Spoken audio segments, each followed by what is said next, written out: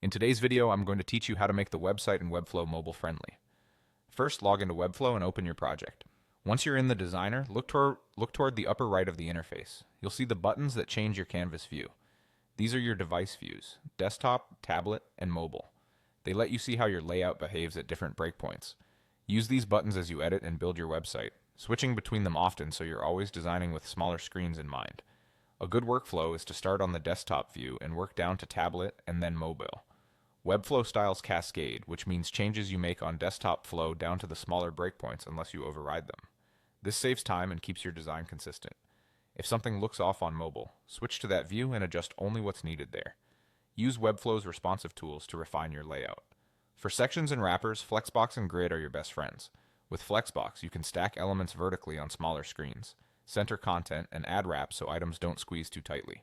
Grid lets you reduce columns as screens get smaller, turning a 3 or 4 column layout into a simple single column flow that's easy to read on a phone. Scale elements with relative units so they adapt naturally. For widths and padding, use percentages and viewport width units instead of fixed pixels. For example, setting a container to a percentage width allows it to breathe on large screens and fit comfortably on small ones.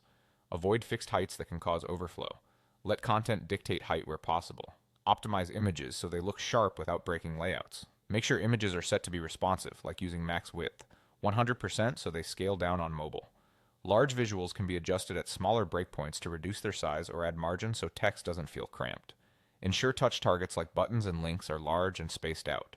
On mobile, give buttons comfortable padding and add enough gap between items so taps are precise. This reduces accidental clicks and makes navigation feel effortless. Finally, adjust typography for smaller screens. Scale down oversized headings, increase line height for body text, and keep line lengths readable. Shorter paragraphs and balanced spacing improve clarity on compact displays. Keep moving between desktop, tablet, and mobile views as you refine. By working from the top breakpoint down, using Flexbox and Grid, relying on relative units, optimizing images, improving touch targets, and tuning your type, you'll end up with a Webflow site that feels polished and friendly on every device.